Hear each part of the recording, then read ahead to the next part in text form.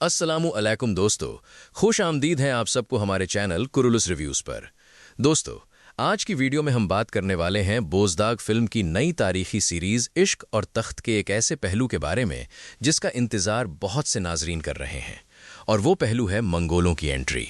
जी हाँ दोस्तों, चूंकि इश्क और तख्त की कहानी सुल्तान अलाउद्दीन कैकुबाद की ज़िंदगी पर मबनी होगी, इसलिए बहुत से नाजरीन के जहन में ये सवाल मौजूद है कि क्या इस सीरीज़ में मंगोल किरदार भी दिखाए जाएंगे। क्योंकि तारीखी ड्रामों में जब भी मंगोल किरदार आते हैं तो कहानी में एक अलग ही खौफ, ताकत, जंग, साजिश और ख़तरे का माहौल बन जाता है। लेकिन यहाँ एक बात शुरू ही में वाज़ेह कर देना ज़रूरी है। सुल्तान अलाउद्दीन कैकुबाद की मंगोलों के साथ कोई बड़ी बराह रास्त जंग नहीं हुई थी। उनके दौर में मंगोल खतरा ज़रूर मौजूद था, लेकिन सल्जूकियों और मंगोलों का वो बड़ा फैसला कुन टकराव सुल्तान अलाउद्दीन कैकुबाद के बाद सामने आया। तो फिर सवाल ये है कि इश्क और तख्त में मंगोलों को किस तरह दिखाया जा सकता है, कौन सा मंगोल किरदार इस सीरीज़ में आ सकता है, और सुल्तान अलाउद्दीन कैकुबाद के दौर में असल मंगोल खतरा कहाँ से उठ रहा था। दोस्तों, आगे बढ़ने से पहले आपसे गुजारिश है, अगर आपने अभी तक हमारे चैनल को सब्सक्राइब नहीं किया तो चैनल को लाजमी सब्सक्राइब करें, क्योंकि आप में से 90% लोग मेरी वीडियोस तो देख जाते हैं लेकिन चैनल को सब्सक्राइब नहीं करते। बराए मेहरबानी चैनल को लाजमी सब्सक्राइब करें। दोस्तों, सबसे पहले सुल्तान अलाउद्दीन कैकुबाद के दौर को समझना ज़रूरी है। सुल्तान अलाउद्दीन कैकुबाद जब सल्जूकियान रूम के तख्त पर बैठे तो अनातोलिया में सल्जूकी सल्तनत एक बड़ी ताकत थी। उनके दौर में सल्तनत ने किलाबंदी, तिजारत, समुद्री रास्तों, बंदरगाहों और फौजी ताकत के लिहाज से बहुत तरक्की की। अलाउद्दीन कैकुबाद एक दूर अंदेश हुक्मरान थे। वो सिर्फ आज के खतरात को नहीं देखते थे, बल्कि आने वाले वक्त के तूफान को भी महसूस करते थे। और इसी वक्त मशरिक में एक बहुत बड़ा तूफान उठ रहा था। ये तूफान था मंगोल सल्तनत।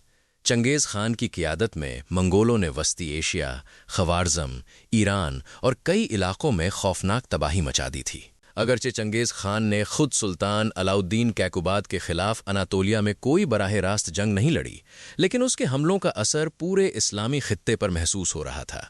ख़वारज़म शाही सल्तनत टूट रही थीं, ईरान और कफ़काज़ के इलाके मंगोल दबाव में आ रहे थे, और अनातोलिया के मशरिकी रास्तों पर ख़तरा बढ़ता जा रहा था। यही वो माहौल है जिसे इश्क और तख्त में बहुत ताकतवर अंदाज में दिखाया जा सकता है। अब अगर सवाल किया जाए कि इश्क और तख्त में सबसे ज़्यादा मुमकिना मंगोल किरदार कौन हो सकता है, तो इसमें सबसे मजबूत नाम है चोर मागून नोयान। चोर मागून नोयान मंगोलों का एक अहम कमांडर था। वो ओगदाई खान के दौर में ईरान, आज़रबाईजान, कफ़काज़ और आसपास के इलाकों में मंगोल असर बढ़ा रहा था। ये इलाके सल्जूकियान रूम के लिए बहुत अहम थे, क्योंकि अगर मंगोल ताकत वहाँ मजबूत हो जाती तो उसका अगला दबाव अनातोलिया पर आ सकता था। इसीलिए अगर बोज़दाग फिल्म इश्क और तख्त में मंगोल खतरे को तारीखी अंदाज में दिखाना चाहें तो चोर मागून नोयान का किरदार सबसे ज़्यादा मुनासिब हो सकता है। इस किरदार के जरिए ड्रामे में ये दिखाया जा सकता है कि सुल्तान अलाउद्दीन कैकुबाद को मशरिक से आने वाले मंगोल तूफान का अंदाज़ा था, और वो अपनी सल्तनत को इस बड़े खतरे के लिए तैयार कर रहे थे। ड्रामे में चोर मागून नोयान को बराह रास्त अनातोलिया पर हमला करते हुए दिखाना शायद तारीखी तौर पर इतना दुरुस्त न हो, लेकिन उसे एक ऐसे मंगोल कमांडर के तौर पर दिखाया जा सकता है जो मशरिकी सरहदों पर दबाव बढ़ा रहा हो, खुफिया पैगामात भेज रहा हो, इलाकाई हुक्मरानों को डरा रहा हो और सल्जूकी ताकत को एक बड़े खतरे का एहसास दिला रहा हो। इसके अलावा एक और बड़ा नाम है ओगदाई खान। ओगदाई खान चंगेज़ खान का बेटा था और चंगेज़ खान के बाद मंगोल सल्तनत का अजीम खान बना। अगर इश्क और तख्त में मंगोल सियासत को दिखाया गया तो ओगदाई खान का नाम पस मंज़र में आ सकता है। यानी ड्रामे में ये दिखाया जा सकता है कि मंगोल कमांडर ओगदाई खान के हुक्म के तहत मशरिकी इलाकों में आगे बढ़ रहे हैं, और उनकी नज़रें आहिस्ता आहिस्ता अनातोलिया की तरफ भी हो सकती हैं। लेकिन यहाँ भी ये बात याद रखनी चाहिए कि ओगदाई खान को सुल्तान अलाउद्दीन कैकुबाद के बराह रास्त दुश्मन के तौर पर दिखाना ज़रूरी नहीं। बेहतर यही होगा कि उसे मंगोल सल्तनत के मरकज़ी हुक्मरान के तौर पर पस मंज़र में रखा जाए। अब एक और नाम आता है जिसे बहुत से लोग सल्जूकी तारीख के साथ जोड़ते हैं, यानी बायजू नोयान। बायजू नोयान का नाम सल्जूकी तारीख में बहुत अहम है, लेकिन वो सुल्तान अलाउद्दीन कैकुबाद के दौर का बराह रास्त दुश्मन नहीं था। बायजू नोयान का असल बड़ा किरदार सुल्तान अलाउद्दीन कैकुबाद के बाद सामने आता है, जब सुल्तान गियासुद्दीन कैखुसरो दोम के दौर में सल्जूकी सल्तनत कमज़ोर हो जाती है। इसी दौर में जंग कोसा दाग होती है, जहां बायजू नोयान ने सल्जूकियों को शिकस्त दी और इस शिकस्त के बाद सल्जूकी सल्तनत मंगोल असर के नीचे आ गई। इसलिए इश्क और तख्त में बायजू नोयान को अगर दिखाया भी गया तो उसे मुस्तकबिल के खतरे के तौर पर दिखाया जा सकता है। मिसाल के तौर पर सीरीज के आखिर में ये इशारा दिया जा सकता है कि अलाउद्दीन कैकुबाद के बाद एक ऐसा दौर आने वाला है जहां मंगोल खतरा पहले से कहीं ज्यादा बड़ा हो जाएगा। ये चीज़ ड्रामे को मजीद दिलचस्प बना सकती है, क्योंकि नाजरीन को पता होगा कि अलाउद्दीन कैकुबाद के बाद सल्जूकी सल्तनत के लिए एक खौफनाक जमाना आने वाला है। दोस्तों, यहाँ एक और किरदार बहुत अहम है और वो है जलालुद्दीन मंगबरनी। बहुत से लोग जलालुद्दीन मंगबरनी को मंगोल समझ लेते हैं, लेकिन ये बात दुरुस्त नहीं।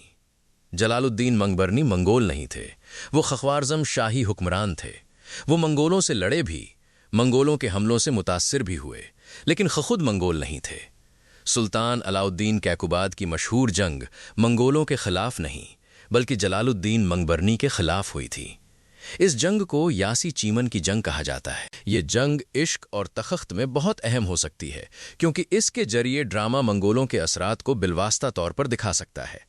यानी एक तरफ जलालुद्दीन मंगबरनी होंगे, जो मंगोल तूफान से मुतासिर होकर नई ताकत हासिल करने की कोशिश कर रहे होंगे, और दूसरी तरफ सुल्तान अलाउद्दीन कैकुबाद होंगे, जो अनातोलिया में सल्जूकी सल्तनत को महफूज रखना चाहते होंगे। यहाँ ड्रामे में बहुत मजबूत सियासी और जंगी माहौल बनाया जा सकता है। एक तरफ ख़ख्वारज़म शाही खतरा, दूसरी तरफ मशरिक से आता हुआ मंगोल दबाव, और तीसरी तरफ सुल्तान अलाउद्दीन कैकुबाद की कोशिश कि सल्जूकी सल्तनत को हर तरफ से महफूज रखा जाए। अगर बोज़दाग फिल्म इस हिस्से को अच्छी तरह दिखाती है तो इश्क और तख्त सिर्फ मोहब्बत और तख्त की जंग तक महदूद नहीं रहेगा, बल्कि ये एक बड़ी तारीखी जंगी और सियासी सीरीज़ बन सकती है। दोस्तों, अगर खुलासा किया जाए तो सुल्तान अलाउद्दीन कैकुबाद की मंगोलों से कोई बड़ी बराह रास्त जंग नहीं हुई थी, लेकिन उनके दौर में मंगोल खतरा मौजूद था। चंगेज़ खान का असर पूरे मशरिक में फैल चुका था। ओगदाई खान के दौर में मंगोल मजीद आगे बढ़ रहे थे। चोरमागून नोयान जैसे कमांडर ईरान, आज़रबाईजान और कफकाज में सरगर्म थे, और बाद में बायजू नोयान की शक्ल में यही खतरा सल्जूकियों के लिए तबाहकुन साबित हुआ। इसीलिए अगर इश्क और तख्त में मंगोलों की एंट्री दिखाई जाती है तो सबसे ज्यादा इम्कान यही है कि चोरमागून नोयान को एक बड़े मंगोल खतरे के तौर पर